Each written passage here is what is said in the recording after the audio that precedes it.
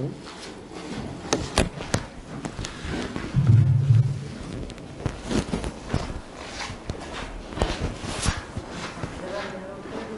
(9장) 소중한 삶, 생명과 삶. 이제는 생명과 삶, 뭐가 다르죠? 생명은 영혼이에요. 생명체를 여태까지 이야기를 한 거고, 이 생명체가 이제 사는 거죠. 이게 삶이에요. 라이프, 삶이에요.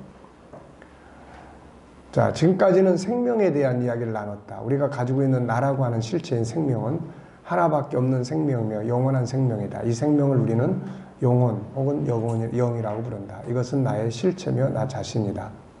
시편 130편 5절, 나 곧 내 영혼이 여호와를 기다리며 내가 그 말씀을 바라는다. 지금까지는 이 하나밖에 없는 나의 생명인 내 영혼에 대해서, 그리고 그 가치에 대해서 살펴봤다. 이제 중요한 것은 이 생명체, 곧 영혼은 존재 자체로 끝나는 게 아니라 이 땅에서 삶을 살게 되는 거죠. 삶은 시간 속에서 생명이 활동하는 모든 것을 이야기를 하는 거예요. 시간 속에서 활동하는 모든 것. 예, 이게 삶이에요. 생명은 삶을 위해 존재한다. 그래서 생명도 소중하지만 생명이 살아가는 삶 역시 너무나 소중하다. 자, 삶을 위해 존재하는 생명. 하나님께서는 우리에게 그분을 닮은 생명을 주신 이유는 삶을 살게 하기 위해서다. 자, 27절은 그분의 형상대로 우리를 만들었다고 하시는 거고, 28절은 삶을 말씀하시는 거예요. 하나님은 우리의 생명을 영원한 생명으로 창조하시고 삶을 살게 하셨는데, 하나는 이 땅의 삶이요, 하나는 하늘에서의 삶이다. 이 땅의 삶은 지나가는 시간 속에서 사는 거지만 하늘에서의 삶은 시간의 흐름이 아닌 영원한 삶이다. 그래서 성경은 이것을 영생이라고 한다. 같은 삶이지만 이 땅의 삶과 하늘의 삶은 다르다. 자, 이 땅의 삶은 뭐예요? 영혼과 육체가 같이 살고 하나님과 만나고 생육번성하고 시간의 흐름이 있고 사라지는 만물이 있고 수고해야 할 일터가 있고 죄로 인한 사망과 고통이 있는 거죠. 이 땅에서의 삶은 다음과 같다. 영혼과 육체. 사람의 생명의 주체는 육체가 아니고 영혼이다. 이 영혼이 하나님의 형상이기 때문이다. 그러나 하나님의 창조의 목적은 영혼만 있는 게 아니라 육체가 함께 있는 거죠. 영은 생육번성을 할 수 없고 육체는 생육번성을 할 수 있다. 따라서 천국 백성을 창조하실 때 하늘에서 한꺼번에 하신 것이 아니라 이 땅에서 창조하셨죠. 천국은 사랑의 공동체, 가족의 공동체다. 사람의 중심은 그 생명의 본체인 영혼이지만 이 땅에서는 육체가 많은 역할을 한다. 영혼의 생명을 육체 안에 거하게 하는 것도 육체가 음식을 섭취해야 된다. 천국은 육체가 있더라도 신령한 몸으로 변화가 되죠. 그래서 고린도전서 15장 42절부터 해서 신령한 몸, 하늘에 속한 자의 형상에 대한 이야기를 합니다. 두 번째는 하나님과의 만남. 인간의 생명은 흙에서 나온 것이 아니라 하나님으로부터 그분의 형상대로 창조되었어요. 이것은 인간이 하나님과 하나 되어 살도록 만들어졌음을 보여줘요. 그러므로 인간의 생명이 홀로 있게 되면 그 생명은 병들어 죽습니다. 인간 속에는 하나님의 영이 계시도록 창조된 거죠. 그래서 하나님의 성령이 너희 안에 거하는 것을 알지 못하느냐. 세상의 모든 문제는 이 질서가 파괴되었기 때문이다. 예수님이 우리가 지켜야 할 첫 번째 질서로 하나님을 사랑하라고 하신 건 이 때문이다. 이게 첫째 계명이라고 한 거죠. 첫 번째로 인간이 해야 될 일, 하나님과 하나 되는 거죠. 생육번성, 앞서 설명한 대로 인간이 생명의 본체인 영혼만이 아니라 육체를 함께 갖게 하신 목적 중에 하나는 생육번성이에요. 천국은 생육번성이 안 되는 곳이며 영혼 역시 생육번성은 안 됩니다. 예, 영혼이라고 하는 것은 창조예요. 창조. 이거는 뭐 복제가 되거나 이게 뭐 생육번성이 되거나 이게 안 돼요. 이거는 창조입니다. 하나하나에 대한. 그래서 부활 때에는 장가도 안 가고 시집도 안 가고, 예, 하늘에 있는 천사들 봤죠. 이 천사들은 다 개체적인 거지 이게 뭐 번성하고 이런 거 아니에요. 그래서 육체를 만들어줍니다. 생육 번성을 하라는 거죠. 물론 경우에 따라서 독신으로 살면서 하나님의 뜻을 이루고 갈 수 있지만 창조의 원리는 가정을 이루는 거죠. 그래서 천국 백성을 생육 번성하는 것도 아주 중요한 일입니다. 그래서 가정에서 자녀를 낳아서 부부가 자녀를 낳아서 하나님의 사람으로 이 세상을 다스릴 수 있는 사람으로 키워나가는 것은 굉장히 중요한 일이죠. 이건 뭐 엄청나게 중요한 일이에요. 시간의 흐름, 이 세상의 삶은 시간 속에서 이루어집니다. 그래서 시간 관리가 아주 중요하죠. 예수님은 시간의 중요성을 다음과 같이 말씀하셨다. 때가 아직 낮음에 나를 보내신 이의 일을 우리가 하여 하리니 밤이 오리니 그때는 아무도 일할 수 없느니라. 그래서 삶이라고 하는 건 시간 관리예요. 시간 사용이에요. 에베소 5장에서도 바울이 세월을 아끼라. 네, 여기서 이게 이제 그 성경을 옮겨오는 과정에서 이 절수가 클릭이 안 돼서 넘어오면 이렇게 돼요. 자, 인생은 뭐예요? 시간 사용이에요. 오늘의 잘못 사용한 시간은 반드시 내 인생의 어느 날 나를 괴롭히는 모습으로 찾아오죠. 반대로 오늘 아무도 보지 않는 상태지만 귀하게 아름답게 사용한 시간은 어느 날 나에게 좋은 모습으로 찾아옵니다. 오늘의 시간은 오늘로 끝나지 않아요. 나의 인생의 어느 날 후회로 혹은 성공으로, 원수로, 친구로 찾아온다는 것을 기억해라. 나폴레옹은 이런 이야기 했어요. 우리가 어느 날 마주칠 재난은 우리가 소홀히 보낸 어느 시간에 대한 보복이다라고 이야기를 해요. 그래서 어느 순간에 잘못 살은 시간을 가지고 있으면 어느 땐가 그 결과물을 만나게 되는 거죠, 이게. 자, 매일매일 하늘에서 보내주는 소중한 자산, 시간. 매일 아침 당신에게 86,400원을 입금해주는 은행이 있습니다. 그 계좌는 당일이 지나가면 잔액이 사라져요. 매일 저녁 당신이 그 계좌에 쓰지 못하고 남는 잔액은 지워버리죠. 매일 아침 은행은 당신에게 새로운 돈을 넣어줍니다. 매일 밤 그날에 남은 돈은 남김없이 사라져요. 어제로 돌아갈 수 없고 내일로 연장시킬 수 없어요. 오로지 오늘 현재의 잔고를 갖고 우리는 살아갈 뿐입니다. 예를 들어서 오늘 내가 10시간밖에 사용 못했다고 해서 내일이 36시간으로 늘어나는 게 아니라는 이야기죠. 결국 이 세상에 성공하는 사람과 그렇지 않은 사람의 차이는 시간에 대한 생산성의 차이예요. 같은 시간이지만 그 시간에 뭘 하고 있느냐의 차이점이에요, 이게. 예, 그 시간에 뭘 하고 있느냐. 놀고 있으면 거둘 것이 없는 거고, 뭔가 하고 있으면은, 열매를 거두는 거고, 나쁜 짓을 하고 있으면 감옥에 가는 거고, 또 관리를 잘 안 하고 흥청망청하면 병드는 거고, 다 이게 시간 사용이에요. 사라지는 만물, 이 땅의 삶은 지나가는 삶이요. 결국은 지금 눈에 보이는 세상과 만물은 모두 다 사라지죠. 없어집니다. 다 사라지고 없어지는 부분들이. 그러므로 이 세상에 있는 것들은 참된 우리의 기업이 아니에요. 이것들은 일터에서 일하기 위해 사용되는 도구죠. 6번째, 일해야 할 일터. 세상은 일터와 같아요. 이 씨를 뿌리고 가꾸고 열매를 거두는 현장이에요. 그래서 일터에서 거둔 것들이 자기 영광과 상급이 됩니다. 중요한 것은 결산의 날이 온다는 거죠. 이날에는 모든 사람들이 이 땅에서 각기 심고 거둔 것들을 가지고 상급을 받거나 책망을 받게 되죠. 달란트 비유. 그러므로 세상의 일터에서 게으르고 방탕하면 안 됩니다. 그래서 성경은 많은 곳에서 우리에게 방탕과 게으름을 경계하죠. 그리고 각자가 행한 대로 상을 받게 될 것이라고 약속하고 있습니다. 죄로 인한 사망과 고통, 이 세상의 삶은 에덴 동산의 장소는 달랐지만 천국의 행복을 그대로 누렸어요. 그러나 창세기 3장 이후에는 죄로 인해 이 땅에서의 삶에 큰 고통과 괴로움이 오게 되었고 질병과 죽음이 오게 됩니다. 이것은 모두가 피하고 싶은 고통의 삶이죠. 자, 그 다음에 하늘의 삶이에요. 자, 하늘의 삶은 이제 세상의 삶과 다르죠. 사람은 누구나 이 땅의 삶과 하늘의 삶을 살도록 창조되었어요. 다만 인간이 범죄한 이후에는 구원받은 자들만이 하늘의 삶을 살게 되고 구원받지 못한 자들은 멸망의 장소로 가죠. 구원받은 자들이 하늘에서 사는 건 어떻게 살까? 다른 점은 이런 거예요. 우선 영혼과 육체가 부활과 변화가 이루어져요. 부활과 변화. 그래서 이제 부활과 변화라고 하는 건 이제 다시 우리가 병들거나 죽거나 이런 게 없다는 거죠. 하나님과 함께 삽니다.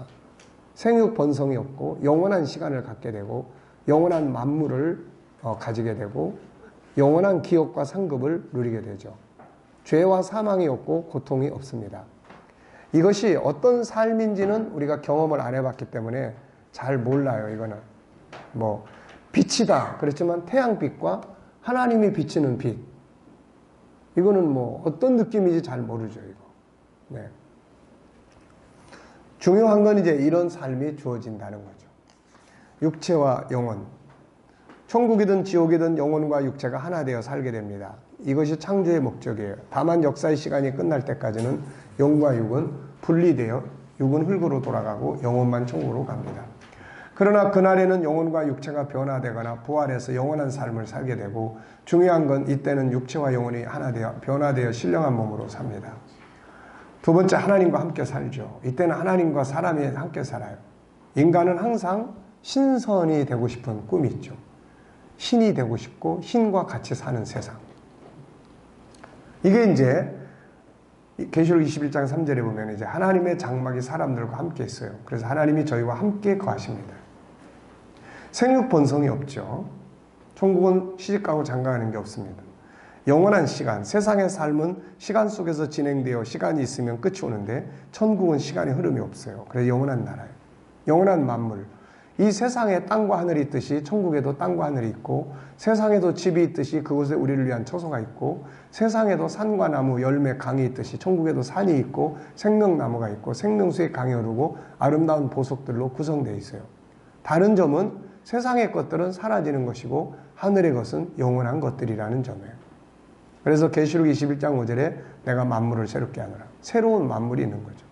천국은 그냥 아무것도 없는 그냥 영이 막 떠돌아다니는 이런 이상한 이런 동네가 아니고 삶이 있는 동네예요. 삶이. 굉장히 아름답죠. 이 지구보다. 이 지구보다 얼마나 아름다워 이게. 그 성은 벼곡으로 쌓였고 성의 길은 정금이고, 이 세상은 아스팔트 길밖에 못 가요. 이거. 그리고 생명나무들 열매 맺고. 베드로 사도는 베드로전서 1장 4절에서 그 나라를 이렇게 소개해. 썩지 않고, 세상은 썩는 거. 거긴 더럽지 않고, 세상은 안 더럽고, 세상은 더럽고, 그래서 더러워서 못 살겠다는 말 많이 하잖아요. 쇠하지 아니에요, 세상은. 아니, 천국은 없어지지 않는 거예요. 그 다음에 기업과 상급을 누려. 이 세상의 모든 것들은 영원한 기업이 되지 않아요. 그러나 천국의 기업은 영원한 거예요. 이 세상은 아무리 많은 큰 집 지어놔도 나중에 내 기업이 아니에요. 나중에는 누군가의 손에 또 넘어가서. 창경원을 보면은 그렇잖아요. 옛날 왕의 집이 한땐 동물원이 됐다가 지금은 사람들이 와서 관광하는 장소가 됐죠. 그런데 하늘의 기업은 영원한 거예요. 영원한. 이 세상의 삶은 일하는 삶이고 천국의 삶은 누리는 삶이에요. 천국의 영광과 상급을 위해서 이 땅에서 일하는 십자가가 있어야 되죠. 그래서 주님이 십자가를 맡긴 거. 십자가는 일이에요. 일. 7번째, 죄와 사망과 고통이 없어요. 이 세상은 죄가 왕노릇하기 때문에 사망이 왕노릇하지만 천국은 죄가 사라지기 때문에 사망이 왕노릇하지 못하고 생명이 왕노릇해요. 다시는 저주가 없습니다. 자, 복받은 인간. 그래서 인간은 복을 받은 존재예요. 인간은 존재한다는 것 자체가. 인간은 모든 만물 중에서도 특히 하나님께 복을 받은 존재예요. 인간이 받은 가장 중요한 복은 첫째는 뭐예요? 하나밖에 없는 생명을 받았어요. 둘째는 영원한 생명이고, 둘째는 삶을 받았어요. 이 땅의 삶, 영원한 삶. 중요한 것은 이 두 개의 삶은 연결되어 있어요. 이 세상의 삶의 결과가 하늘로 이어지게 된다는 거죠. 그러므로 이 땅의 삶을 아무렇게나 살아서는 안 되고, 이 땅의 삶의 결과가 하늘의 삶으로 이어지기 때문에 그런 거죠. 그래서 바울 사도는 너희 수고가 주 안에서 떼지 않는다. 뭐 연결되는 거예요, 이게. 자, 10장으로 넘어갑니다. 이 세상 삶의 중요성이에요. 이제는 이 세상 삶의 중요성, 이 세상 삶의 중요성, 우리 안에 주어진 생명도 하나밖에 없고, 우리에게 주어진 이 세상의 삶의 시간도 한 번밖에 없어요. 뭐, 한 번. 그 중에서 벌써 우리는 이제 꽤 많이 살았어요. 네. 꽤 많이 산 거예요. 120년 산다고 124년 짜살때 네. 120. 100세는 요즘에 더러 살죠. 우리 교회도 100세 넘으신 할머니 계신데 건강하게 살아요. 네. 뭐 90 넘으신 분들은 많고. 그렇죠. 네.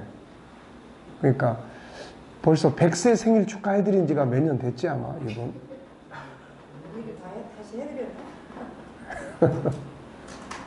먹는 게 제일 무서워. 90 드시면 별로 생각이 없었어요. 네. 아니 우리 장로님도 지금 서장로님도 79이신데 할머니가 저렇게 끊임없이 스펙 하시는 분들은 청년만 드실 드세요. 생각이 있는데요. 네. 그러지 않은 분들은 아무 생각 없이 네. 그러니까 성경의 인물들을 보면은 그분들은 계속 뭐 일을 하잖아요. 이렇게 계속. 다. 계속 일하시니까 오래 사실 것 같아요. 그렇죠. 저는 기도할 때 계속 손자의 손자를 보게 주시옵소서 이렇게 기도해요. 네. 손주의 손주를 보게 해주시옵소서. 따라가야지. 할수 없이. 그 여기는 죽고 싶다고 죽지 못 따라가야지. 손주의 손주요? 네. 손주의 손주? 손주의 자손. 4대 5대. 자, 그리고 다니엘 같은 사람은 90이 넘어서 계시를 받은 것이 다니엘서 10장, 11장, 12장. 그렇죠. 뭐 사도 요한은 그때의 그런 삶으로 100살이 뭐 되도록 살았으니까 대단한 거죠, 이게. 그때 의학이나 뭐 이런 거 보면 보통 뭐 50, 60 뭐 이렇게 그렇으니까. 자, 어쨌든 오래 살아야 돼요. 기독교인들이 오래 건강하게 오래 살아야 돼요. 왜냐하면 이건 한 번 사는 삶이거든. 뭐 하나님의 뜻 가운데 일찍 부름을 받을 수도 있지만 일단은 이 땅의 삶이 뭐 다음에 갔다가 거기서 좀 살아보고 살다가 또 이러면은 뭐 적당한 때에 그냥 가는 게 좋은데 이게 한 번밖에 없는 삶이에요. 이게 일생. 이생이 아니고 일생. 딱 한 번. 이게 얼마나 중요한 삶입니까, 이게. 사실 오늘 하루하루가 얼마나 소중한 이게 삶의 시간이에요, 이게. 네. 더군다나 이렇게 건강하게 활동하고 움직이고 뭐 요양병원에 누워서 그냥 그 주님이 데리러 오실 시간만 기다리는 이런 사람들도 얼마나 많아요. 근데 뭔가 이렇게 움직이고 산다는 거. 네. 이런 시간이 주어져 있다는 것이 이게 얼마나 소중한 거예요. 그러니까 삶에 대한 소중한 가치를 우리가 알아야 돼요. 네? 요양병원에 있는 사람이 전주만 해도 몇천 명. 네. 그렇죠. 몇천 명이 놀병원에 지금. 그러니까 이런 삶의 원리를 알면 사실 그런 데에 있어도 할 일이 많이 있어요. 사람은 육체로 못하면 생각으로 할 수 있는 일도 엄청나게 많거든요, 이게. 근데 어떤 일을 어떻게 하는 것이 중요한지를 모르니까 그냥 멍하게 일을 안 하고 있는 거예요. 예를 들면 생각으로 할 수 있는 일이 뭘까요? 예를 들면은 옛날에 우리 교회 권사님 한 분이 이제 그분도 거의 100세가 다 돼 돌아가셨는데 이분은 이제 교회를 못 오실 때는 집에서 이제 항상 기도 생활을 이렇게 해요.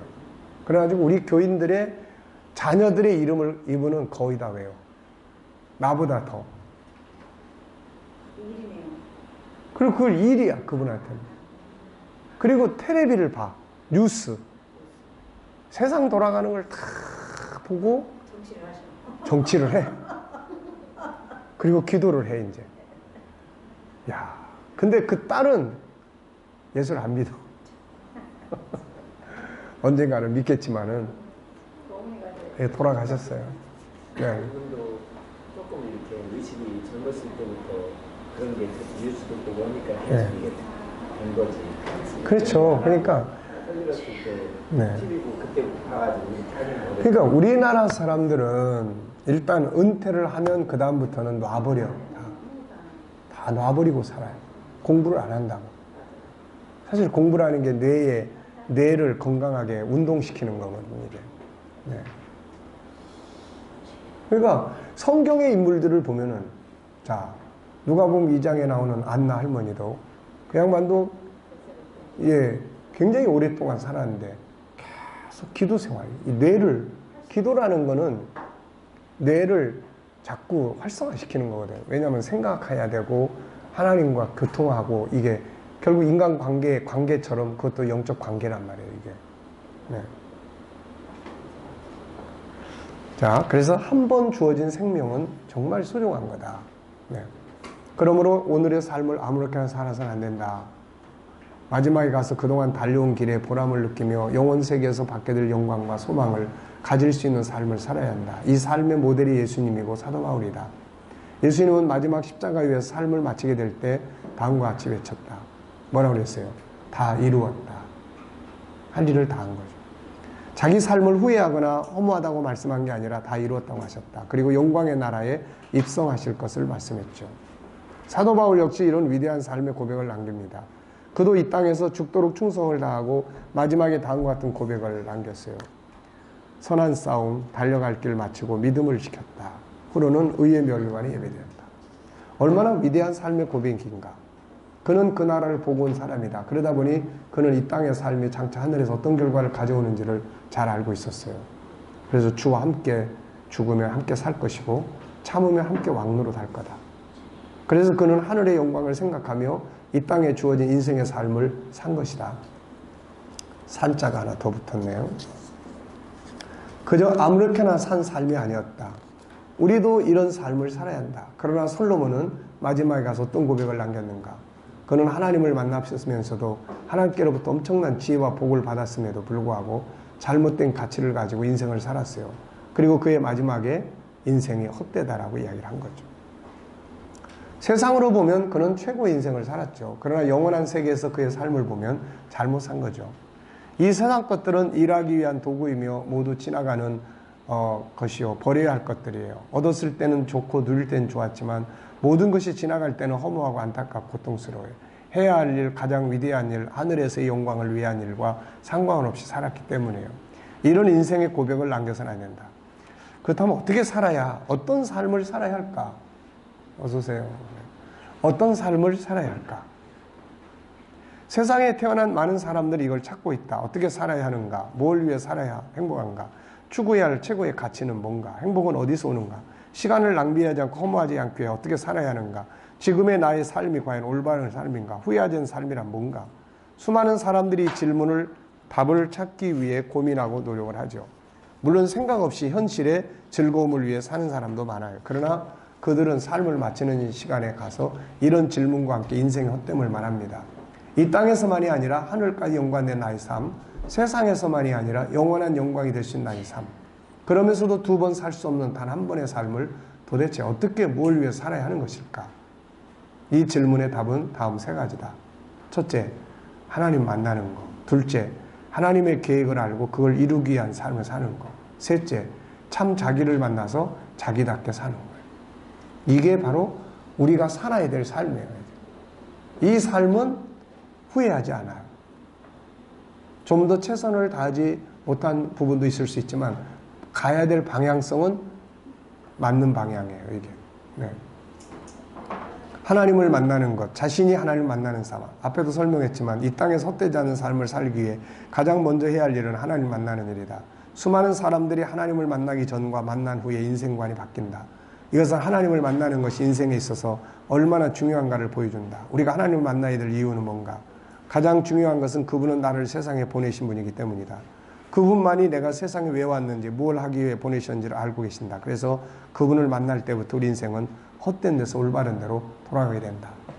아브라함이 하나님을 만나기 전까지 그는 갈대아우르 에서 기껏해야 자기만을 위한 삶, 썩어질 것만을 위한 삶, 우상 숭배 속에 살던 삶, 지내보면 아쉬워하게 될 인생을 살고 있었죠. 그런데 어느 날 하나님 만납니다. 그리고 그의 인생은 바뀌어졌죠. 하나님을 만나는 것은 뭘 어떻게 살아야 하는지를 알게 되는 가장 중요한 길이에요. 바울 사도는 예수님 만나기 전에 예수를 핍박하는 열정을 가지고 살았죠. 그러나 이것이 가장 잘 사는 삶인 줄 알았어요. 그런데 예수님을 만나고 보니 미친 삶을 살고 있었던 거죠. 이때의 자기 삶을 죄인 중에 괴수라고 이야기를 했죠. 죄인의 괴수로 살면서도 그의 죄인지도 모른 채로 살고 있었던 거죠. 그러던 그가 예수님 만나고 천국을 만난 후에 모든 것이 바뀌게 됩니다. 우리도 마찬가지죠. 세상에 와서 뭔가를 얻기 열심히 살아요. 세월이 지난 후에는 내가 뭘 한 것인가? 내 삶이 과연 제대로 산 것인가에 질문에 빠지게 돼요. 그러나 하나님을 만나면 달라져요. 나를 세상에 보내신 그분을 만날 때 비로소 우리의 인생은 올바른 삶이 시작이 되죠. 둘째는 내 자녀들이 자기들의 창조주이신 하나님을 만나게 해줘야 되죠. 이건 나만의 문제가 아니다. 내 자녀들의 문제이기도 하다. 그들 역시 똑같은 생각을 가지고 산다. 어렸을 때는 부모의 강요와 인도에 따라 세상을 살지만 성장하면서 점점 고민하고 질문을 하기 시작하죠. 자신이 누구며 어떻게 살아야 하는가. 이런 질문을 조금 일찍 하거나 늦게 하는 차이가 있을 뿐이에요. 이것을 방지하기 위해서는 그들을 이 세상에 보내신 하나님을 만나게 해줘야죠. 그래서 자기의 자녀를 그들을 창조하신 창조의 길 인도하고 그분을 만나도록 도와주는 부모야말로 최고의 부모죠. 자, 그 다음에는 다른 사람들이 그들의 창조주신 하나님을 만나도록 해주는 거죠. 할 수 있는 대로 우리는 좀 더 많은 사람들이 우리가 만난 그 하나님을 만날 수 있도록 그분께 인도해야 하며 안내해야 합니다. 빌립은 예수님을 만난 후에 자기 친구 나다나엘을 데리고 와서 예수님을 만나게 했고, 나다나엘은 예수님을 만남으로 새로운 인생의 길이 열리게 되죠. 사마리아의 연 역시 예수님 만난 후 동네에 들어가 많은 사람들을 그분께 데리고 와서 그분을 만나게 해줍니다. 시간이 더 흘러가기 전에 그분을 만나야 한다. 이것이 인생을 바르게 살 수 있는 중요한 방법이다. 두 번째는 그분의 계획을 알고 그 뜻을 이루기 위한 삶을 사는 거죠. 하나님을 믿고 예수 그리스도를 믿는 사람들은 크게 두 층으로 나눠져 있다. 첫째는 믿기는 믿지만 세상 것들을 얻기 위해 믿고 자기 이익만을 위해서 살아가는 사람들. 둘째, 하나님의 뜻을 알고 그걸 이루기 위해 살아가는 사람들이죠. 이 둘 중에 누가 헛되지 않고 의미 있는 삶을 사는 사람들일까? 우리가 결국 하나님께로 돌아가고 그분을 만나게 된다면 당연히 두 번째 인생을 사는 사람들이다. 그러므로 하나님을 믿는 사람들은 그분의 계획을 알기 위해 힘써야 한다. 그리고 그걸 이루기 위한 꿈과 비전을 가지고 살아야 한다. 하나님의 계획에 대해서는 다음 장에서 자세하게 다루게 됩니다. 세 번째, 참 자기를 만나 자기답게 사는 거죠. 하나님이 창조해 주신 그 모습대로 사는 거예요. 자기 개발 전문가들이나 심리 상담가들은 대체적으로 자기답게 사세요라는 말을 많이 합니다. 그들은 인생의 진정한 목적과 행복은 자기 실현에서 나온다고 말해요. 맞는 말이다. 우리가 가장 위대한 삶을 사는 방법은 자기답게 사는 거예요. 우리는 자기를 살기 위해 세상에 존재하기 때문이에요. 그런데 문제는 자기답게 사는 것이 뭔지를 모른다는 거죠. 뭐가 나답게 사는 건가? 이걸 알기 위해 가장 먼저 할 일은 참 나를 만나서 내가 누구인가부터 알아야 되는 거죠. 이것을 스스로는 알 수가 없다. 오직 창조주만이 아시기 때문이다.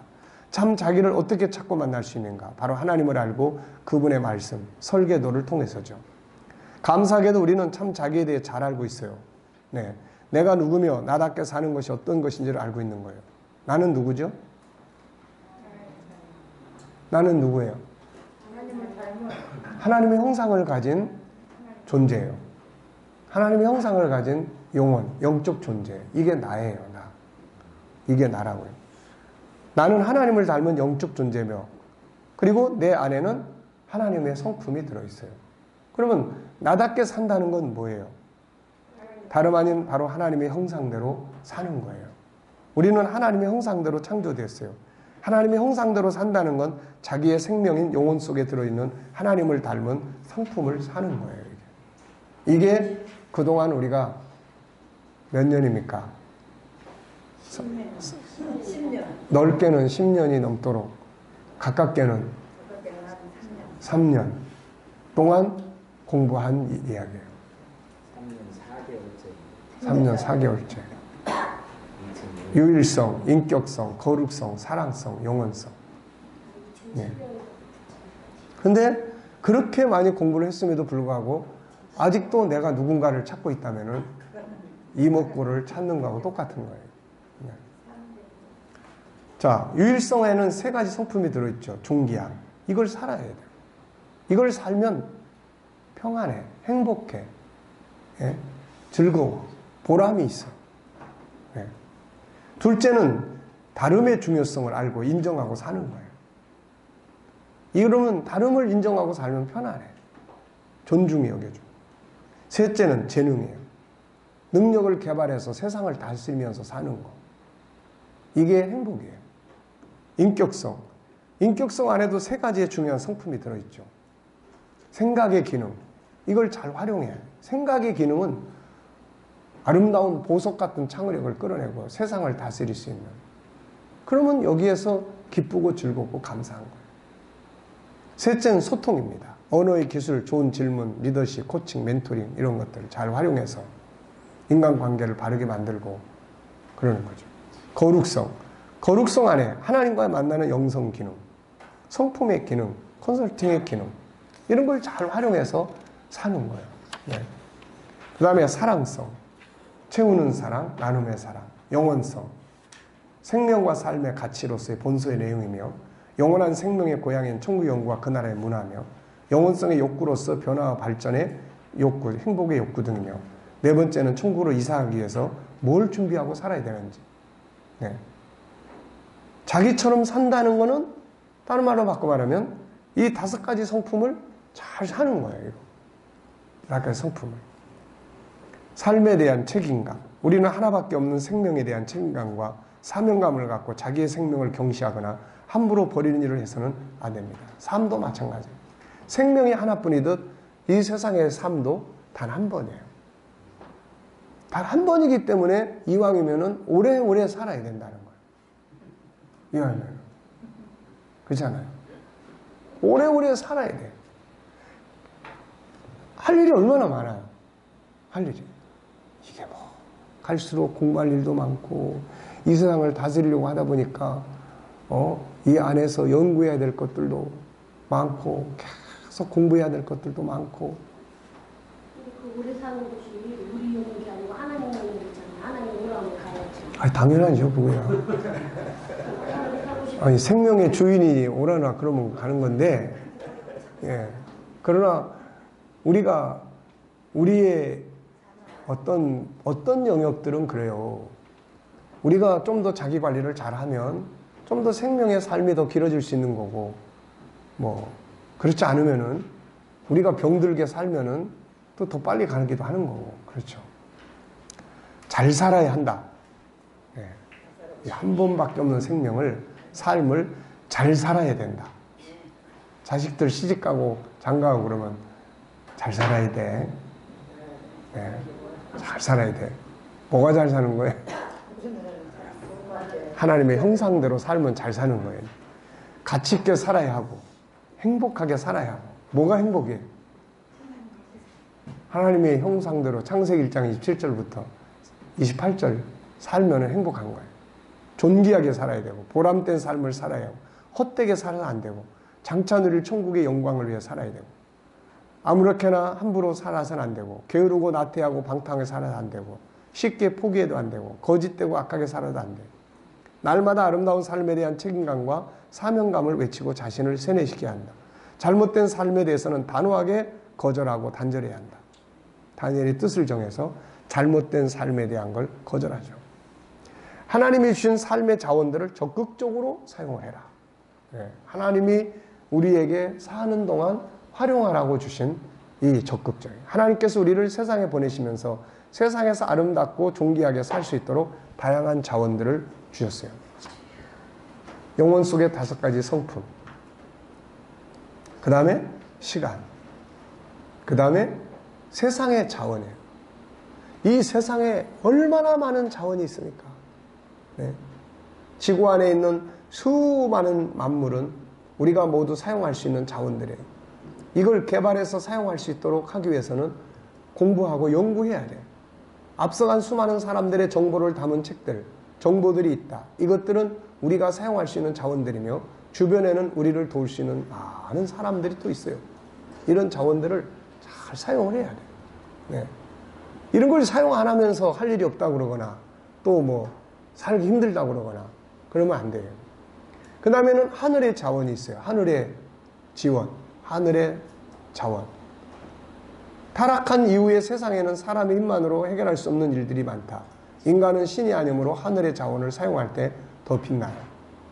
그래서 스가랴서 4장 6절, 로마서 8장 35절 이하는 하늘의 자원을 이야기를 해요. 하나님의 도우심, 성령의 임재하심, 이건 전부 다 하늘의 자원이에요.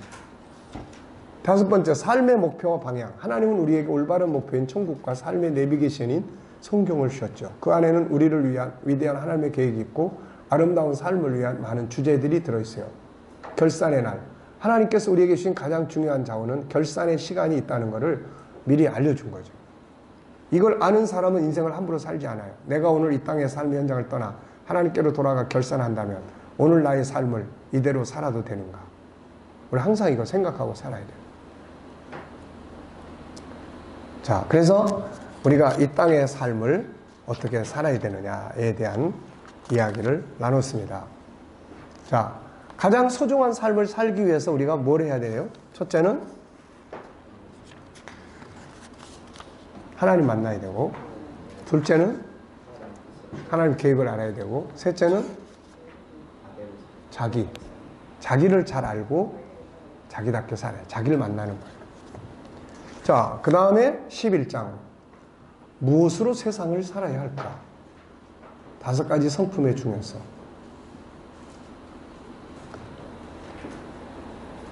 자, 우리가 무엇으로 세상을 살아야 되죠? 세상 살아야 될 도구가 5가지 성품이에요, 이게. 이걸로 사는 거예요, 이걸로. 가장 가치 있게 살아야 할 우리의 일생, 하나밖에 없는 나의 생명, 한 번밖에 주어지지 않는 나의 삶. 이 모든 것이 얼마나 소중하고 중요한가. 이런 소중한 생명을 아무렇게나 방치하거나 되는 대로 굴러가게 해서는 안 되며, 이런 소중한 삶의 시간을 아무렇게나 살아 안 된다. 지나가면 다시 돌아올 수 없는 소중한 날들, 시간들을 가장 보람있게, 가치있게, 영원한 영광을 얻기에 합당하게 살도록 노력해보자. 이것이 생명과 삶을 주신 하나님께 대한 은혜의 도리며 자신의 행복의 길이다. 그렇다면 우리가 세상을 아름답게 살아야 할 도구는 뭘까? 그건 바로 우리 안에 있는 하나님의 형상인 생명체 안에 들어있는 하나님을 닮은 성품들이다. 이 성품들은 이 세상을 가장 아름답게 살 수 있는 도구들이다. 하나님은 이것들을 우리 안에 담아두신 후에 이걸 가지고 세상을 다스리라고 하셨어요. 가장 아름답게 살 수 있도록 담아주신 도구인 5가지 성품. 첫째, 개발의 중요성. 중요한 건 이것들을 유일성, 인격성, 거룩성, 사랑성, 영원성 속에 묻혀있는 보물이에요. 우리 가끔가다 이런 거 보시죠. 베네수엘라 같은 나라들, 나이지리아 같은 나라들, 어떤 특징이 있는 나라죠? 석유가 엄청 많이 나는 나라예요. 그런데 원유가 엄청 많이 나는데 기름이 없어서 기름을 못 집어넣어. 이게 문제잖아요, 이거. 네. 우리도 똑같은 거예요, 이게.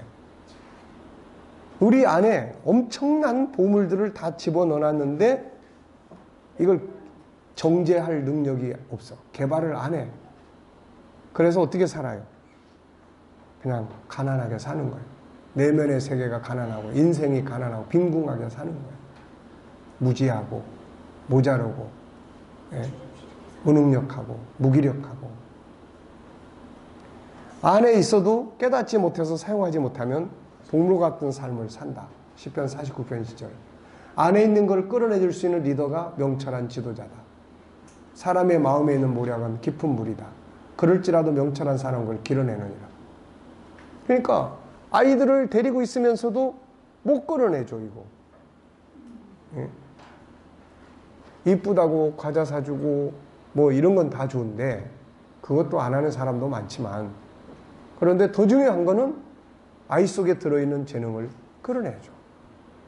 이게 필요하다는 거예요. 부모들이 계속 아이들을 데리고 있으면서 살면서도 그냥 잘 먹여주고 입혀주고 보호해주고 이런 건 잘하는데, 그거는 좀 비유가 그렇지만은 뭐 돼지를 키우는 사람도 잘 키워요. 소 키우는 사람도 얼마나 잘 키웁니까?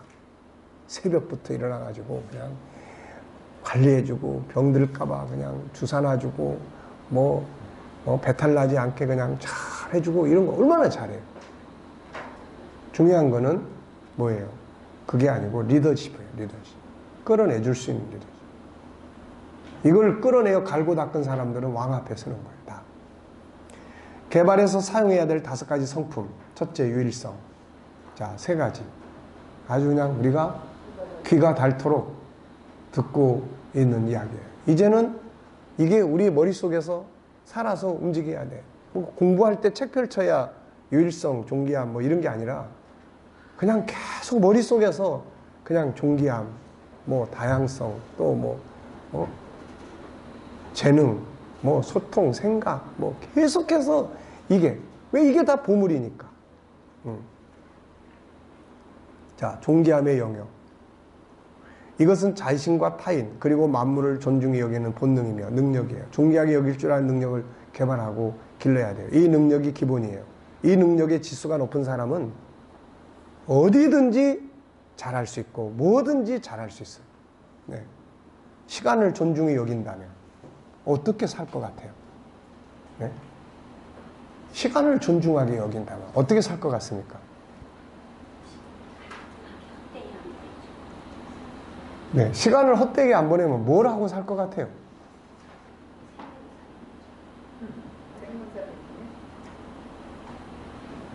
다른 사람을 존귀하게 여긴다면, 네. 뭘 하나 하는데 그 사람을 막 엄청 존중히 여기고 존귀하게 여겨요. 그러면 잘못하면이 아니라 잘하면 후계자가 될 수가 있어요. 그렇잖아요. 고객을 막 굉장히 존중하게 여기고 막 고객에 관해서 엄청난 서비스를 제공하고 그러면 부자 되는 거예요. 네. 그렇지 않습니까? 이게? 자기가 하고 있는 일, 자기 업무, 자기의 그런 어떤 자기가 맡아서 하는 분야를 막 존중하게 여겨요. 엄청 존귀하게 여깁니다. 그럼 어떤 일이 벌어지겠어요? 막 업무 성과가 높아져. 그럼 어떤 결과가 생겼어요? 월급이 많아지지. 승진하고 월급이 많아져. 존귀함의 능력이라는 게 그런 거예요. 그럼 어떻게 하는 게 존귀함이냐? 이것까지 다 알려줬어요, 여기. 12가지. 존귀하게 인정하고, 감사하고, 예의 지키고, 인정하고, 연구하고, 소중히 여기고, 칭찬하고, 높이고, 자랑하고, 아끼고, 보호하고, 배려하고, 격려, 기다려주고, 성실하게 행하고, 올바르게 활용하고. 이게 뭐 사람이 됐든 어떤 업무가 됐든 어떤 일이 됐든 우리도 설교도 마찬가지예요. 설교가 됐든 뭐가 됐든 간에 대충 하는 사람하고 막 그걸 소중히 여겨서 하는 사람하고는 다르잖아요. 이게 이제 존귀함의 영역이에요. 존귀함의 능력이야. 어때요? 뭐 좀 감이 잡히지 않습니까? 네. 모양의 다양성이 이제 우리가 개발하고 인정하고 존중히 여겨야 할 능력의 성품은 서로 다르다는 점이에요. 이 다른 점을 이걸 이제 개발을 해야 돼요. 이 능력을 키워야 돼요. 똑같이 누구누구처럼 이런 말들은 창조의 본능을 파괴하는 말들이에요. 이 속엔 5가지가 들어있어요. 우선 우리가 다른 이유가 뭐냐? 그러니까 하나님이 유일하시다. 둘째, 다름의 중요성. 이게 보물이야. 그러니까 절대 비교하면 안 돼. 자기 것이 재산이고 보물이에요. 셋째, 그래서 자기 걸 찾아야 돼. 자기 걸 찾아서 자기가 잘하는 점을 찾아야 돼. 앞으로 세상은 자기가 잘하는 점, 자기가 좋아하는 점을 확실하게 하는 사람들이 세상은 다스릴 수가 있어요. 네.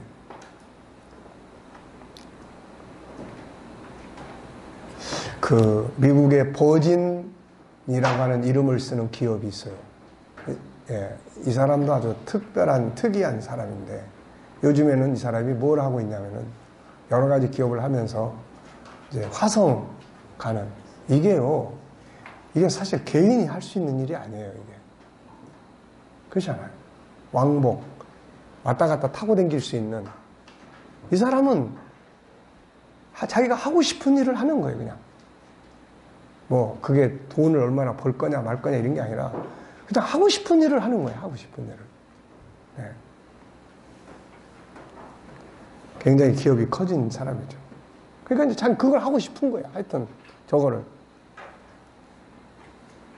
그래서 자기 장점. 아까도 얘기했죠. 장점을 장점으로만 놔두면 쓸모없는 자기만이 그냥 좋아하는 잔재주로 끝나. 근데 이거를 강점으로 만들면. 그래서 아까 이야기한 거 또 써놨어요. 쭉 보고 넘어가면 됩니다. 넘어가세요. 자, 그 다음에 이제 162페이지 보면은 네 번째, 다름에서 나오는 네 번째는 주도적 삶이에요. 애들한테 어려서부터 애 손을 잡고 이걸 가르쳐야 된다는 거예요. 그리고 스스로 해볼 수 있도록. 계속 부모가 간섭하고 다 하니까 애가 나중에는 그냥 종이 되는 거예요. 어떤 애는 상담하다 보면 다음 주 토요일 날 여기를 다시 올 거냐 안 올 거냐 물어보면 엄마한테 가서 물어보고요. 그래서 내가 그 엄마한테 전화해. 아이한테 자율권을 주세요. 자율권을 주세요. 그래서 아이한테 계속해서 네가 생각을 해보고 네가 결정하고 그 대신에 결정한 것을 뒤에 가서 유야무야 하면 때로는 엄하게 이야기를 하세요. 룰이 있어야 됩니다. 룰. 이런 걸 키워줘야 되는 거야. 이런 걸 가르쳐줘야 되는 거야. 제일 답답한 게 꼭 시켜야만 하는 사람. 더 답답한 사람은 시켜도 안 하는 사람. 그냥 잘라내고 싶은 사람은 시켰는데 이상하게 하는 사람. 네. 이런 사람을 다 찾고 싶은 거예요. 알아서 뭔가를 하고. 사람은 그렇게 살도록 만들어요. 이런 능력을 키우는 거예요. 이런 능력을. 인간은 하나님을 대신해 세상을 통치할 수 있는 세상을 다스리는 후계자로 사람이 세움을 받았어요. 그래서 주도적 삶, 기계적인 삶과 주도적 삶의 차이점 이런 거. 그래서 이런 거를 이제 애들 컨설팅하고 상담할 때 다 이제 물어보고 하는 거죠. 5번째는 좋은 관계, 성공적인 관계를 만드는 거예요. 성공적인 관계를 만들기 위해서 뭐가 필요합니까? 여기 뭐 사람 잘 알아야 되고 속에 나쁜 감정 잘 이해해야 되고 윈윈관계 만들어야 되고 신뢰통장 강화해야 되고 상대의 성공을 도와줄 줄 알아야 되고 상대방의 다름을 인정할 줄 알아야 비교하는 일은 관계를 깨는 일임을 알아야 되고 단점보다는 장점을 키워주고 이해의 지수를 높여주고 칭찬의 지수를 높여주고 책망할 때 벌어진 사건만을 지적하고 뭐 이런 것들을 좀 공부를 하고 습득을 해두면 인간관계를 할 때 훨씬 더 좋아지는 거예요. 네.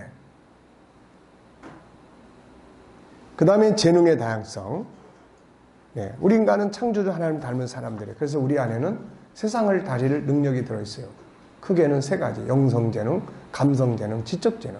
교육이라는 건 이런 것들을 가르치고 일깨워주고 하는 게 교육이에요. 이걸 10% 개발하면 10%만큼 세상을 다스리는 거고 50%를 개발하면 50%를 다스리는 거고 그런 거죠. 인격성. 자, 생각의 기능, 자유의 기능, 소통의 기능. 생각의 기능은 세상을 다스리기 위한 기능이죠. 모든 문명은 생각의 기능에서 나와요. 생각을 10%만 하고 사는 사람과 50% 하는 사람은 모든 데서 다른 사람을 살게 돼요. 이런 말하면 사람들이 기분 나쁘다고 할지 모르겠어요. 당연히. 근데 우리는 일본 사람들한테 항상 당하고 살아요. 일본 사람하고만 그렇습니까? 네. 우리는 흥분을 잘해. 일단 감정이 확 올라와. 근데 그게 얼마 안 가. 그게 얼마 안 간다고. 생각을 깊이 안 해요. 이런 일들도 생각 속에서 해서 결국 해왔으면 오늘날 이런 꼴 안 당한다고 해요. 예. 근데 그 기간을 다 없애버려요. 왜? 눈앞에 보여요. 우리가 못 당하는 이유가요. 우선 책을 안 읽어, 우리는. 어떤 통계를 보면은 직장인들을 비교했는데 우리나라 직장인들은 한 달에 0.8권을 읽어요. 우리나라. 일본 사람은 7.5권을 읽어요. 이게 게임이 되겠어요? 안 되겠어요? 이거? 안 되는 거예요. 흥분은 하는데 안 돼. 우리나라는 벌써 지금 비행기 들여오잖아요. 그 F35인가 이거. 네. 일본도 들여와. 근데 지난번 비교를 해보니까 이게 전쟁이 나면은 우리나라 감당을 못하네, 이게. 같은 F-35를 들어오는데 왜 그러냐? 걔네들은 항공모함을 지금 비스무리한 걸 하나 가지고 있어. 그래가지고 미국에서 비행기를 들여올 때도 이게 항공모함에서 수직으로 이착륙할 수 있는 비행기를 더 많이 갖고 와. 더 많이. 이게 무슨 차이인지 아세요? 예를 들면 항공모함이 독도 부근에 와 있어. 그래서 독도 부근에서 얘네들은 그 비행기가 곧바로 떠서 올라갔다 내려갔다 하면서 공격을 해. 근데 우리는 어디서 가야 돼? 수원에서 가든지 거기서 날아가야 돼.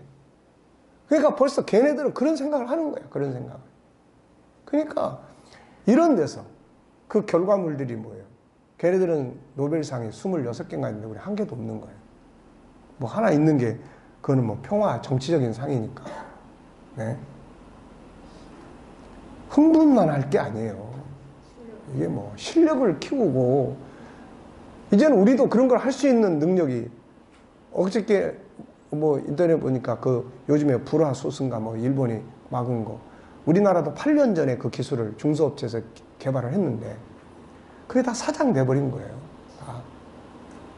그러니까 참 내가 어느 날 아침에는 요즘에 우리는 그냥 그것 때문에 계속 기도를 합니다. 내가 개인 회사의 기업의 회장을 위해서 기도한 건 지금이 처음이에요. 네. 왜냐하면 이 기업인들이 지금 똑바로 잘해야 돼, 일단은. 삼성의 법인세하고 SK가 내는 법인세가 우리나라 총 법인세의 30%랍니다. 이 법인세가. 법인세 30%라고 그러면요, 우리나라 국세의 30% 이상을 그 두 회사가 차지하고 있다는 이야기거든요, 이게. 네. 그래서 지금 요즘에는 삼성 회장을 위해서 내가 기도를 합니다. 그 댓글에도 그렇게 썼어요. 존경받지 못하는 기업이지만 일단은 우리나라 기업이고 이 기업이 지금은 살아야 된다. 네. 그렇잖아요. 증권회사의 주식회사의 20%, 30%가 다 그 한 회사, 두 회사가 다 차지하고 있는 거예요. 다. 이게 지금요. 우리는 우리하고 직접 연관성이 없어 보이기 때문에 그렇지만은 이게 굉장히 심각한 수준이에요, 이게. 그런데 안에서는 뭐 되는 게 없어, 맨날 싸우느라고. 도대체. 참 답답한 현실이에요. 그러니까 생각의 기능. 생각이에요. 이게 능력인데 생각을 많이 하는 사람하고 자, 야곱하고 에서하고 왜 에서가 장자권을 팔아먹고 야곱은 장자권을 산지 압니까? 생각이에요, 생각. 네. 생각을 10분 하는 사람은 생각을 30분 하는 사람한테 못 당하게 돼 있어요. 네. 이게 능력입니다, 이게. 자유의 기능. 인간은 자유함 속에서 행복을 누리게 돼요. 그러니까 이 자유를 어떻게 만들어주고 치유를 어떻게 도와주고 치유하고 자유케 해줄 수 있는 이 능력을 키운다면 일반적 의학적인 것뿐만 아니라 심리적인 것, 사회적인 것, 뭐 활동적인 것 그런 아이들의 억압되고 있는 이런 것들을 자유케 하는 능력을 키워보세요. 이거 그러면 이게 보물 아닙니까? 이게 이런 게 약이라는 게 전부 다 이 기능 아니에요. 치유의 기능을 만들기 위해서 약 하나, 약재 하나 개발하기 위해서 소통의 영역, 사람과 사람은 같은 자유이네. 그래서 힘으로 억압하는 거 안 돼요. 소통의 능력을 사람과 소통, 만물과 소통. 네?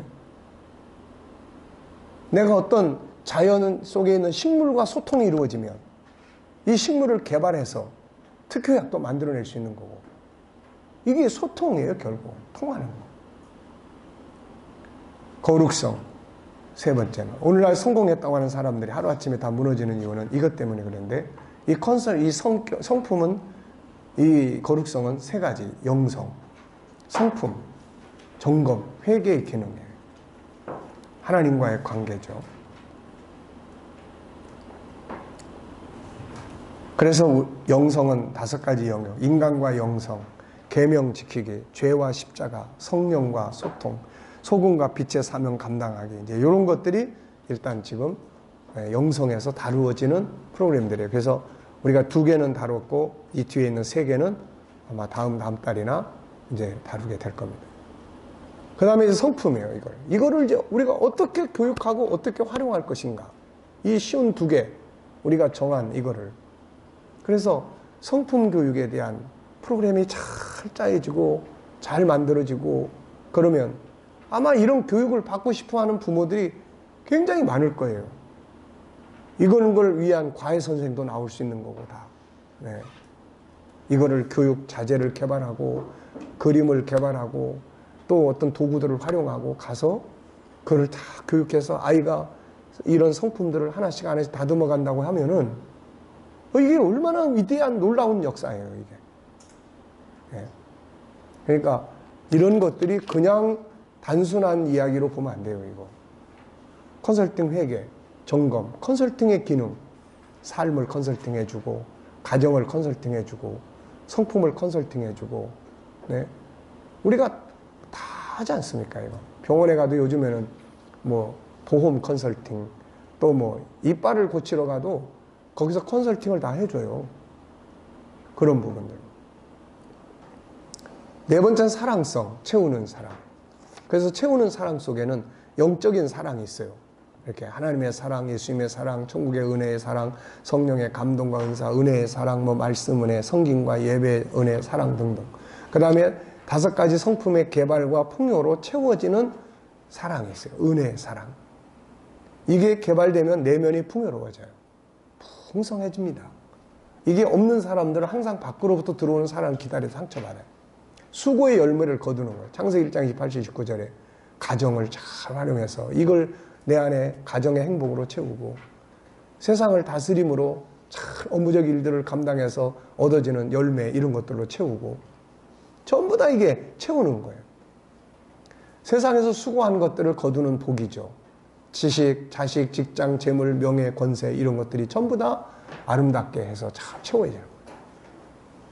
물론 영원한 사랑의 채움으로 채워지는 것이 않고 세상 것만 채우다 보면 그건 어느 땐간 세상 것의 차이점은 채워졌다가 어느 땐가는 빠져나가는 것들이에요. 이거는 다.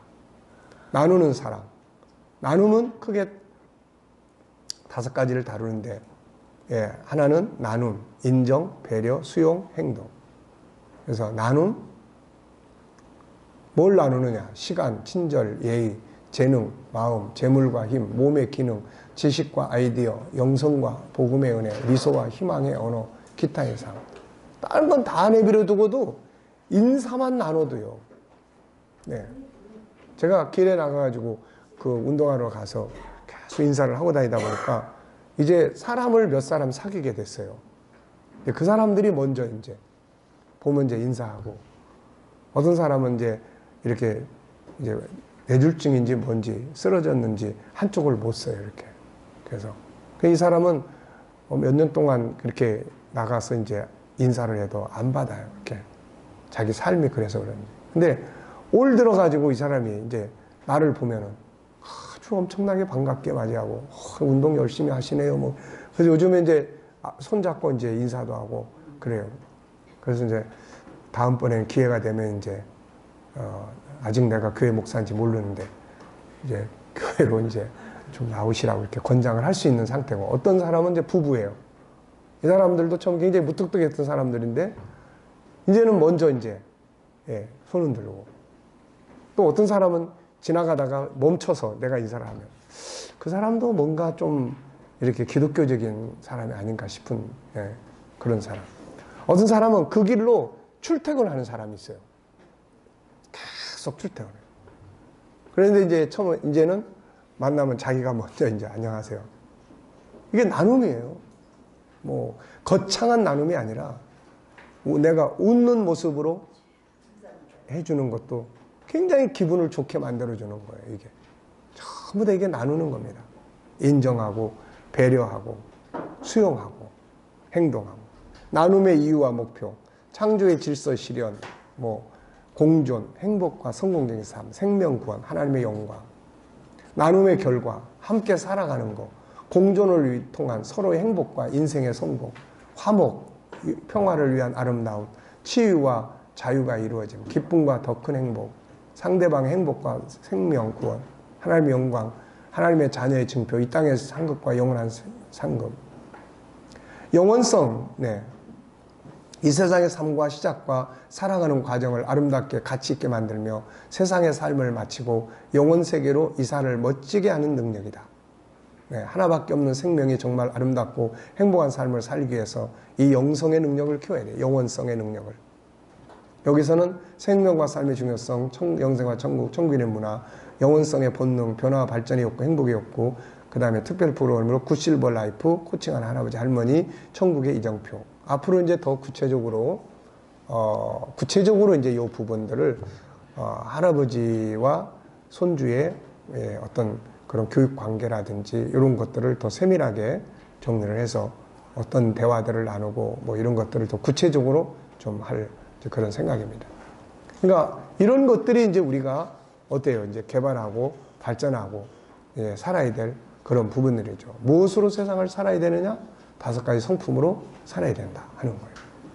자, 12장으로 6시, 여기서 5시 50분쯤 가면 되죠. 어떻게? 5분밖에 안 걸리니까요.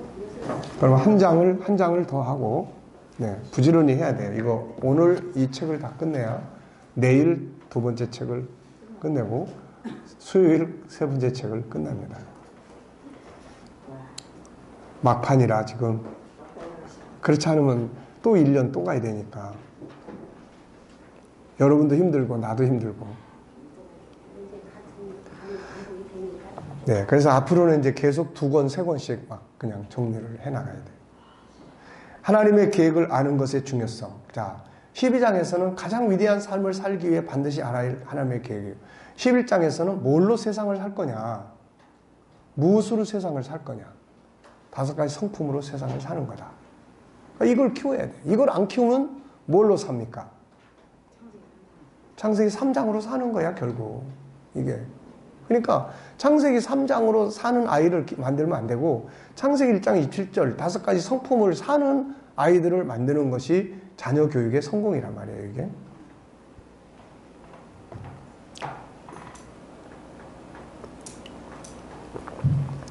자, 여기서는 무엇을 위해서 살아야 될 거냐는 거예요. 무엇을 위해서.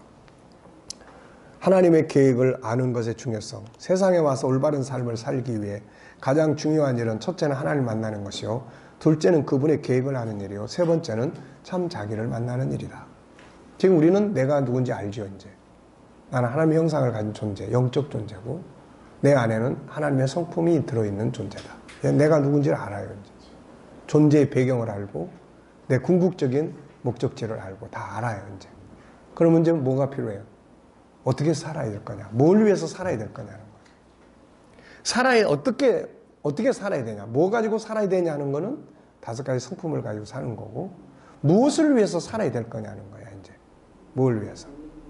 이 성품들을 가지고 뭘 위해서 살아야 될 거냐는 거죠. 자, 그건 결국 하나님의 계획을 이루기 위한 거다.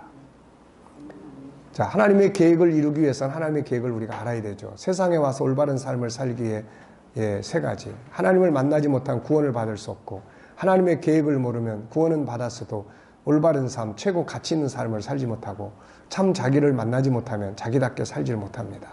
특히 하나님의 계획을 모르면 신앙이 없어져 버릴 것들만을 위해서 살게 되고, 결국은 솔로몬이 남긴 고백만 하게 돼요. 허무하다. 그러므로 후회 없는 인생, 최고의 가치 있는 인생, 장차 영광과 상급을 받을 수 있는 삶을 살기 위해서는 반드시 하나님을 믿는 데서 뛰어넘어 하나님의 계획을 알고 그걸 이루기 위한 인생을 살아야 해요. 하나님을 만나는 것까지도 굉장히 좋은 거지만 그 안으로 한 발자국 더 들어가야 돼요. 이렇게 살아간 사람들은 솔로몬의 고백이 아니고 예수님의 고백, 바울의 고백을 남기게 되죠. 다 이루었다. 달려갈 길을 마쳤다. 왜 솔로몬은 헛되다는 말을 남기고 예수님이나 바울 사도는 다 이루었다, 달려갈 길을 마쳤다라는 말을 남겼을까요? 그 차이점은 하나님의 계획을 알고 그걸 이루기 위한 삶을 살았는지, 아니면 자기가 가진 모든 걸 가지고 하나님의 계획과 상관없이 자기 향락과 즐거움을 위해서 살았는가에 달려 있는 거죠. 하나님의 계획을 알고 그걸 이루기 위해 살았던 사람들 있죠. 예수님. 세상에 오신 목적이 뭐예요? 내 뜻을 행하려 함이 아니라 나를 보내신 이의 뜻을 행하게 하려 함이라. 그걸 위해서 십자가에 돌아가십니다. 그래서 죽는 일이지만 내 뜻대로 마시고 아버지의 뜻대로 원대로 하시옵소서. 그분의 삶은 아버지의 뜻을 이루기 위한 삶이었어요. 영광에 이르셨죠. 결국은 사도 바울, 그가 하나님의 계획을 몰랐을 때는 예수 믿는 자들을 핍박하고 죽이는 일에 앞장을 섰어요. 그러나 그는 후에 예수님 만나고 천국을 다녀온 후에 하나님의 계획을 알게 돼요.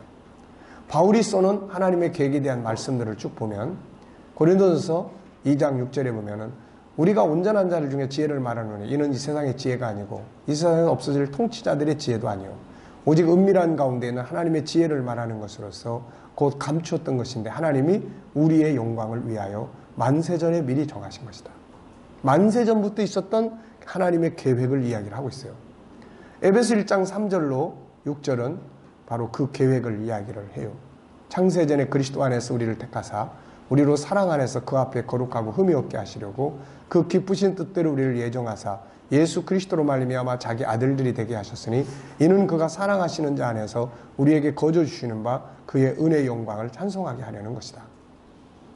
우리를 향한 하나님의 계획을 이야기하는 거예요. 하나님은 이 계획을 이루기 위해서 일하고 계시는 거예요. 또 에베소 3장 3절 계시로 내게 비밀을 알게 한 것은 내가 먼저 간단히 기록한 것 같으니 그걸 읽으면 내가 그리스도의 비밀을 깨달은 걸 너희가 알 수 있으리라. 이제 그의 거룩한 사도들과 선지자들에게 성령으로 나타나신 같이 다른 세대에서는 사람의 아들들에게 알리지 아니하셨으니 영원부터 만물을 창조하신 하나님 속에 감추었던 비밀의 경륜. 다른 번역에서는 하나님의 비밀의 계획 이렇게 이야기를 해요. 이게 어떤 것임을 알게 하기 위해서다. 네. 그리고 결국 목숨을 바쳐 충성되게 일을 하죠. 그는 자기가 알게 된 하나님의 계획을 위해서 충성되게 일합니다. 이것이 그의 인생의 가장 위대하고 값진 일이었기 때문이었죠. 네. 그래서 나의 달려갈 길과 주 예수께 받은 사명, 하나님의 은혜의 복음을 증언하는 일을 바치려 하면은 나의 생명조차 조금도 귀한 것을 여기지 않는다. 다른 건 다 배설물로 여기고 오직 예수 그리스도를 얻기 위해서 살았다는 거죠. 하늘의 영광에 대한 소망. 그는 이 일을 위해서 살아가는 것이 세상에서 가장 가치 있는 일임을 알고 그 일을 위해서 평생을 수고하다가 마지막에는 하늘의 영광에 대한 소망을 가지고 자기 목숨을 제물로 바치게 됩니다. 제자들의 삶은 1기, 2기, 3기로 나눠져요. 1기는 갈릴리 바닷가에서 고기 잡던 삶이죠. 다른 직업을 가진 사람들이 있었지만 대체적으로는 갈릴리 바다에서 고기 잡던 어부들이 많았죠. 이들은 세상에 태어나서 부모가 그곳에 살았던 이유로 그곳에 살았고 부모가 고기 잡는 어부였으므로 그들 역시 자연스럽게 어부로 살았던 사람들이었죠. 이 상태로 계속 살았다면 그들은 평생을 고기 잡아먹고 살다가 세상을 떠나는 사람들이 되었을 거다. 그러면서 어느 땐가는 인생이 뭐지? 이렇게 살다 끝나버린다면 허무하지 않나? 이런 질문들을 하고 있었을 거예요. 이기는 예수님을 만나면서부터 시작이 됩니다. 그들은 어느 날 예수님을 만나요. 그리고 그분의 능력과 기적의 현장들을 목격하게 되고 그분의 부르심을 받아요. 나를 따라와라. 그래서 다 그물을 내려놓고 배를 내려놓고 다 예수 따라가죠. 그러나 이때는 그들이 실패했어요. 예수님을 팔아먹거나 부인하거나 나중에 다 그를 떠났어요. 이들이 이렇게 된 것은 하나님의 계획에 대한 오해 때문이었어요. 그들은 예수님을 통해서 이스라엘 왕국이 회복될 것을 기대하고 따라다녔죠. 이것은 천국 모형이 운동이 모형으로 계시되었던 구약적 신앙을 배경으로 가지고 있었어요. 누가복음 24장 21절에는 우리는 이 사람이 이스라엘을 속량할 자라고 바랬다고 이야기를 해요. 사도행전 1장 6절이에요. 6절에도 이스라엘을 회복하시는 게 이때입니까? 네.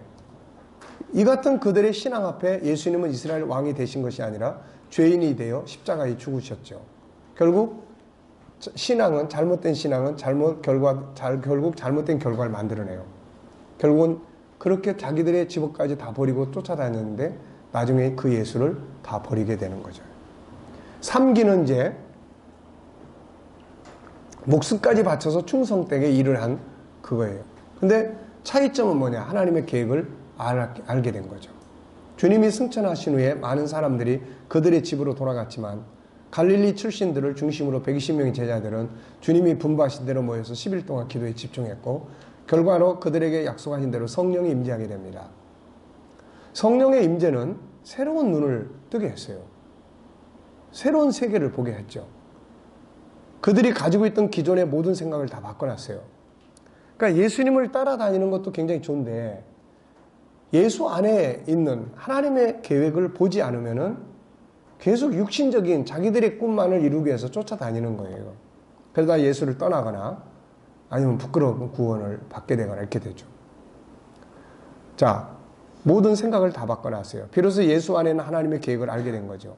그들이 알게 된 하나님의 계획은 무엇이었어요? 예수는 유대인이 왕이 아니고 인간을 죄에서 구원하기 위해서 오신 구세주라는 걸 알게 됐고, 예수님이 말씀하신 그분의 나라는 이스라엘 왕국의 회복이 아니라 하늘에 있는 천국이라는 걸 알게 됐고, 결국 이 세상은 다 불에 타 사라지지만 새로운 나라가 임한다는 걸 알게 됐고, 예수 그리스도로 말미암아 죄사함을 받게 된 이 사실이 예루살렘뿐만 아니라 모든 나라 모든 민족에게 전파되어야 한다는 것을 알게 된 거죠. 그래서 이때부터 그들은 가장 가치 있고 보람 있는 삶을 살기 시작합니다. 마지막에는 그 일을 위해서 자신들을 제물로 바쳐드리죠. 올바른 인생의 첫걸음은 하나님을 만나는 것이고, 그 완성은 하나님의 계획을 아는 거예요. 똑같이 밥 먹어요. 그런데 이전에는 자기들의 목표를 이루기 위해서 밥을 먹었고, 지금은 하나님의 뜻을 이루기 위해서 밥을 먹는 거예요. 똑같이 돈을 벌어. 전에는 자기들의 이익을 위해서 돈을 벌었고, 지금은 하나님의 계획을 위해 돈을 벌어. 똑같이 직장 생활을 해. 한쪽은 자기들의 더 나은 삶을 위해서 직장 생활하고, 한쪽은 하나님의 뜻을 이루기 위해서 직장 생활을 해요. 공부를 해도 마찬가지예요. 유대인들은 이 사상을 어느 정도 가지고 있어요. 복음과는 관계가 없지만. 그래서 그들은 아이들이 학교에 와서 너희들은 공부를 왜 하니? 그러면은 더 나은 세상을 만들기 위해서요 라고 이야기를 하죠.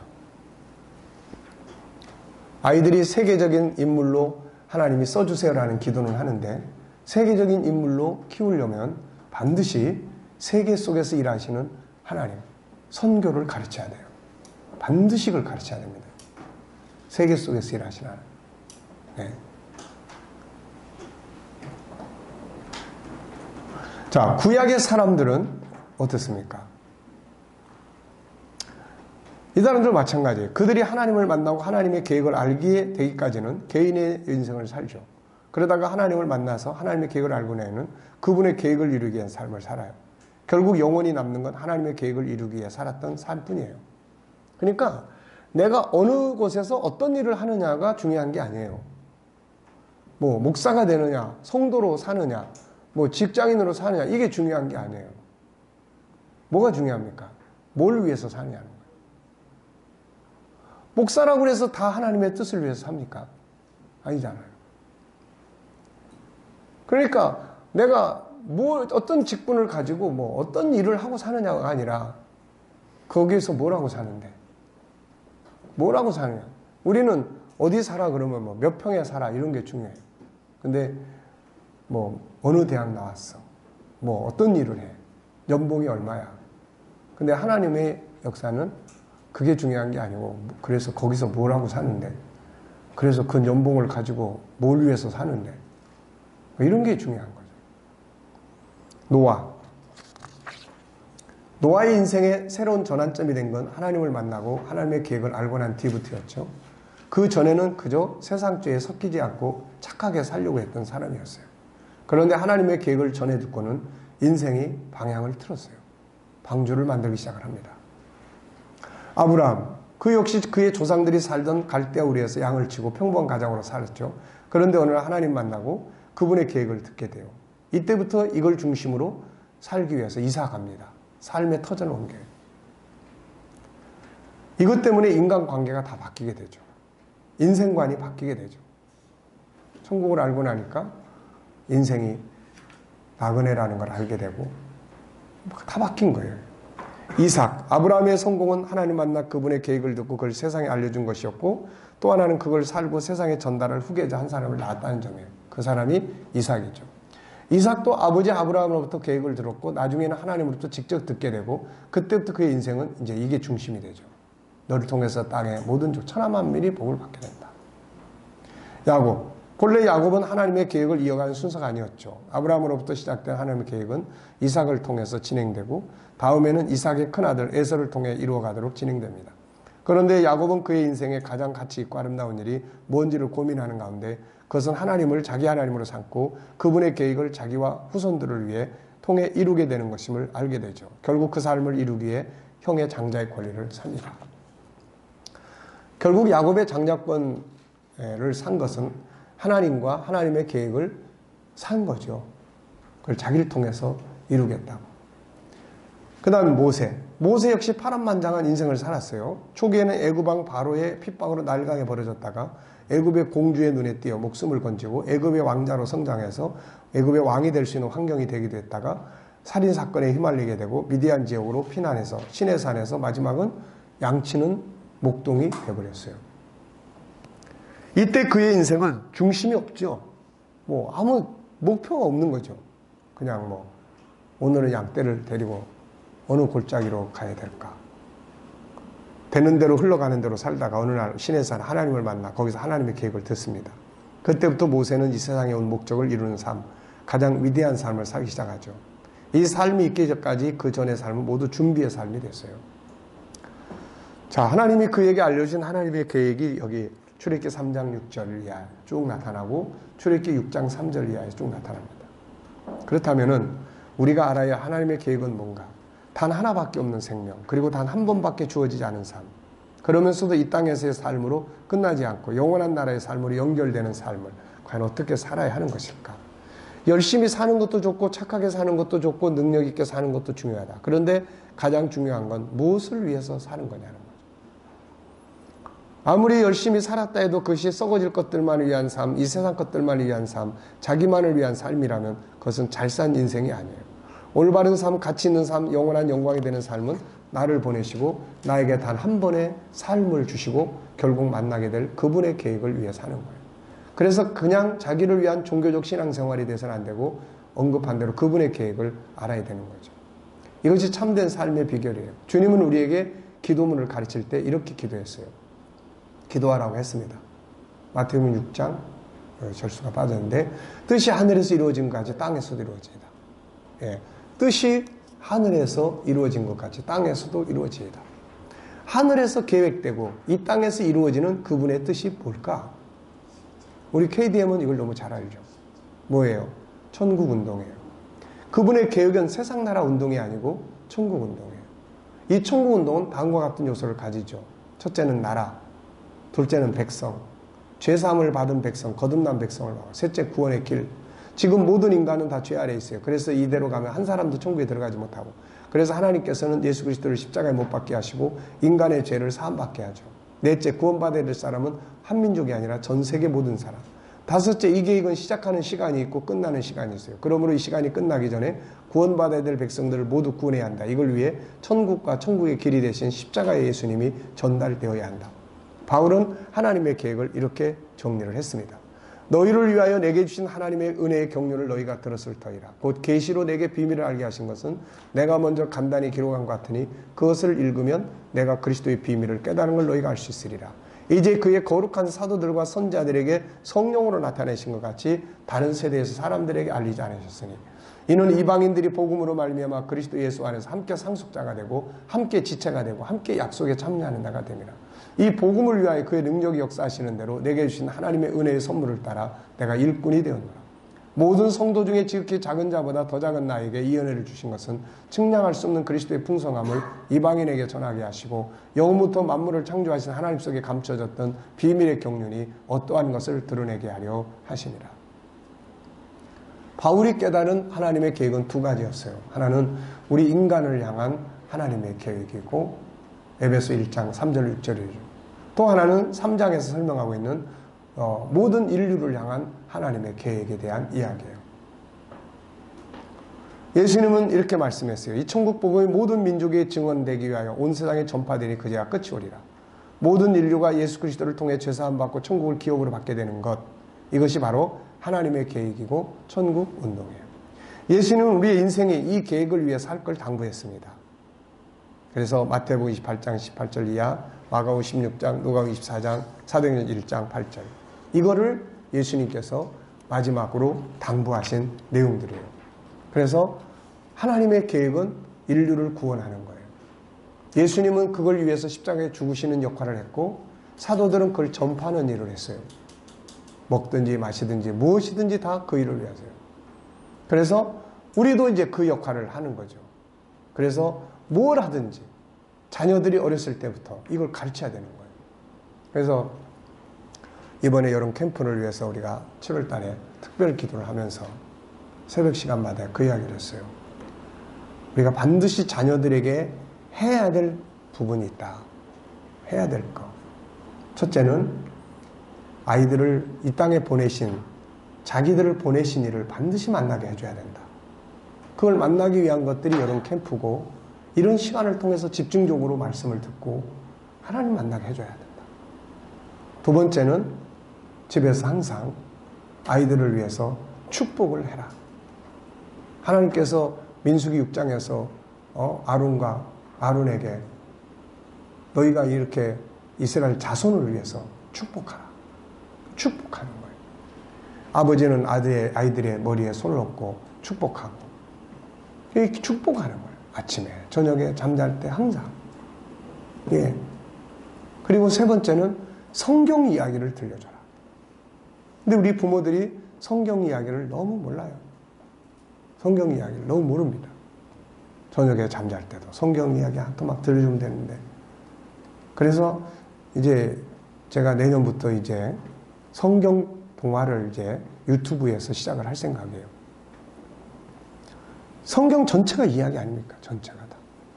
창세기 1장은 천지창조 이야기, 창세기 2장은 에덴 동산 이야기, 창세기 3장은 마귀의 유혹의 이야기, 창세기 4장은 가인과 아벨의 형제의 싸움의 이야기.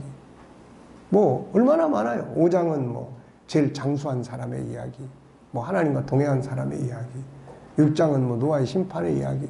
얼마나 이야기거리가 많아요, 이거. 근데 우리는 자녀들에게 부모가 성경 이야기를 못 들려줘요. 유대인들은 그 이야기를, 율법은 율법대로 이야기를 그대로 들려줄 뿐만 아니라 이야기를 들려줘. 성경 이야기를. 이걸 해야 돼요. 그 다음에는 이제 뭐가 필요합니까? 이제 아이들을 세계적인 인물로 삼으려면은 반드시 선교를 가르치고 집집마다 선교함을 만들어라. 유대인들은 구제함을 만드는데 우리는 선교함을 만들어서 아이들이 동전을 떨어뜨리고 그 동전을 담아가지고 때마다 시마다 선교의 현장에 여행을 하게 하고. 우리나라 애들이 발전해 나가는 데 있어서는 반드시 선교 현장에 현장을 탐방해야 돼요. 지금 우리나라는 먹고 마시게 너무 풍성하기 때문에 애들이 아무리 올바르게 인격을 가르치고 해도 안 돼요. 그래서 초등학교 때부터 선교적 계획을 짜야 돼요. 그래서 선교 현장 가서 애들이 그 현장을 보고, 그러면 거기서 비전이 생겨요. 거기서. 이런 걸 반드시 해주지 않고서는 세계적인 일꾼이 어떻게 됩니까? 그래서 앞으로 이제 그런 부분들을 우리가 더 세밀하게 가르치고 교육하고 해야 돼요. 그래서 돈 버는 이유, 일하는 이유, 공부하는 이유, 세계를 위해서. 그래야 세계를 향한 꿈도 갖고 비전도 갖고 뭣도 하는 건데, 우리 애들은 그런 게 없어요. 그런 게. 우리나라 애들. 옛날에는 그나마 우리가 자기 형제들을 배고프지 않게 하려고 그러고 살았는데. 자, 하나님의 계획을 이루기 위한, 꼭 다 목사 되라는 거 아니에요. 더 목사 되는 게 아니라 다 자기 삶에 하나님이 주신 일터에서 일하는 목적이 뭐냐는 거예요. 하나님의 계획을 이루기 위해서다. 선교하고 다른 사람을 도와서 그 사람 구원시키고, 이런 일들을 위해서 물질도 필요하고 다 필요한 거예요. 공부도 필요하고. 높은 지위에 있는 사람이, 유명한 사람이 복음을 전하면 더 효과적이고. 네. 자, 오후 시간 여기까지 하겠습니다.